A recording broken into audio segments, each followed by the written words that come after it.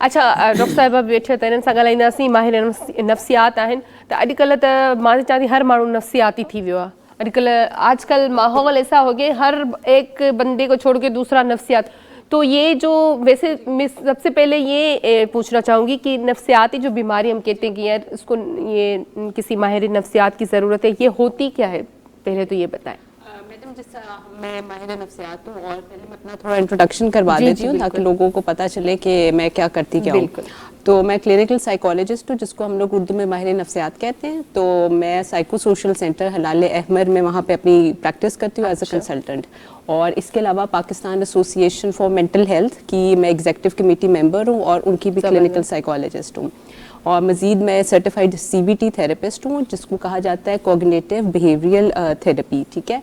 और ये होती है जिनके सोच में खलल होता है, वही ना मनफी थिंकिंग होती है, नफ्सियाती थिंकिंग होती है, रवैये में की जो थेरेपी होती है उसको। और इसके अलावा सर्टिफाइड EMDR प्रैक्टिशनर हूँ। ये थेरेपी है जो भी सदमे के मसाइल से नफ्सियाती इश्यूज़ शुरू हो जाते हैं उनको आई मूवमेंट के साथ आप ठीक करने की कोशिश करते हैं, ठीक है। और इसके अलावा मैं YouTube पे अपना मेंटल हेल्थ अवेयरनेस का चैनल भी रन करती हूँ, एम्पैथी फॉर ऑल, और लिखती भी हूँ, मेरे आर्टिकल्स पब्लिश होते हैं। तो आपने ये मुझसे सवाल किया था कि आप किस तरह कौन से एक बेसिस होते हैं, क्राइटेरिया होता है जिसके ऊपर आप कह सकते हैं कि हाँ ये पर्सन नफ्सियाती है। देखें जो हम लोग कहते हैं ना, हम लोग डिसऑर्डर का नाम लेते हैं ना हर जगह पे। एंजाइटी डिसऑर्डर है, जैसा डिप्रेसिव डिसऑर्डर है, पैनिक डिसऑर्डर है, ठीक है। तो डिसऑर्डर यानी कि लैक ऑफ ऑर्डर, जो भी एक इंतज़ाम चल रहा है जब उसका इंतज़ाम ख़राब होना शुरू हो जाएगा तब हम लोग कहेंगे कि इसके अंदर डिसऑर्डर है, ठीक है। तो यही हो गया कि जब इंसान की अपनी पर्सनल फंक्शनिंग यानी कि स्ट्रेस मैनेजमेंट हो गया और उसके बाद इर्द गिर्द के उसके रिलेशनशिप, जो उसके वर्क के रिलेशनशिप्स हैं या उसके पर्सनल है, जैसे हस्बैंड एंड वाइफ हैं, बच्चे हैं, आपके जो भी फ्रेंड्स हैं, कलीग्स हैं, जब वहाँ पे मसाइल पेश आना शुरू हो जाएं कि वो रिलेशनशिप्स ना आपसे मेंटेन हो पाए, उसमें झगड़ा करना और लड़ाई करना, ठीक है, और आपकी वर्किंग, आपकी फंक्शनिंग, पर्सनल फंक्शनिंग जिसमें आप जाके काम करते हो वो अफेक्ट होना शुरू हो जाए, तो तब हम लोग कह सकते हैं कि इनके अंदर कुछ मसला है या इनको कोई नफ्सियाती मसाइल है, यानी ये अपने स्ट्रेस को अब मैनेज नहीं कर पा रहे।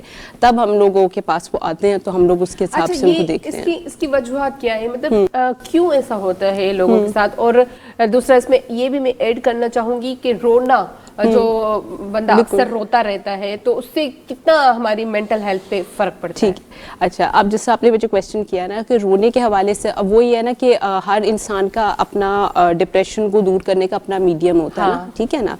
कुछ लोग होते हैं रोते हैं, वो कहते हैं कि हमारी चले एक कई अगर तो ये काफ़ी ज़्यादा होना शुरू हो जाए क्राइंग स्पेल्स इंसान में, क्योंकि हमारा एक बैक डिप्रेशन इन्वेंटरी है जो हम लोग साइकोलॉजिस्ट अप्लाई करते हैं देखने के लिए कि इसके अंदर कितनी डिप्रेशन के सिम्टम्स हैं, ठीक है ना, उसके अंदर नंबरिंग होती है।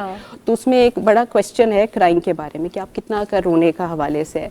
तो अगर वो एक्सेसिव हो तो तब हम लोग डिप्रेशन का उसको कह सकते हैं कि ठीक है, वरना नॉर्मली कई दफ़ा होता है, देखिए अब कुछ ऐसे वजूहात हो जाते हैं जैसे कोई इंसान का प्यारा दुनिया से चला जाना, तो उस टाइम हमारा एक कल्चरली भी एक है कि नेचुरली एक्सप्रेस करते हैं। कई दफ़ा होता है हम लोग बहुत ज़्यादा दुख और तकलीफ में होता है तब भी करते हैं, यानी ये वो ये कहा जा सकता है कि वो हसास तबीयत के हैं और अपनी एनवायरनमेंट से को ज़्यादा जल्दी रिस्पॉन्ड कर देते हैं, इस वजह से वो एक्सप्रेस और टॉलरेंस लेवल भी थोड़ा कम होता है उसमें, तो इसलिए वो रोते हैं। सही, तो ये हो गया इस्लाम।